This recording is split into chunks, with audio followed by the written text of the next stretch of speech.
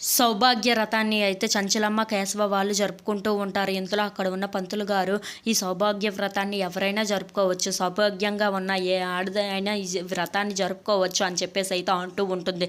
ఆ మాటలు వినగానే అక్కడ ఉన్న సింధూర అయితే నేను కూడా ఈ పూజ చేసుకుంటే చాలా మంచిది కదా అని చెప్పేసి అయితే అనుకుంటూ ఉంటుంది. ఇంతలో అక్కడ ఉన్న వాళ్ళ బాబాయిని పిలిచి, బాబాయ్ నాకు కూడా ఇది చేసుకోవాలని ఉంది, తెచ్చారా అని చెప్పేసి అయితే అంటూ ఉంటుంది. ఆ మాటలు వినగానే అక్కడ ఉన్న వాళ్ళ బాబాయ్ అయితే తెచ్చానమ్మా అని చెప్పేసి అయితే అంటూ ఉంటాడు. ఆ మాటలు వినగానే అక్కడ ఉన్న సింధూర అయితే చాలా సంతోషించి అక్కడి నుండి అయితే వెళ్ళిపోతూ ఉంటుంది.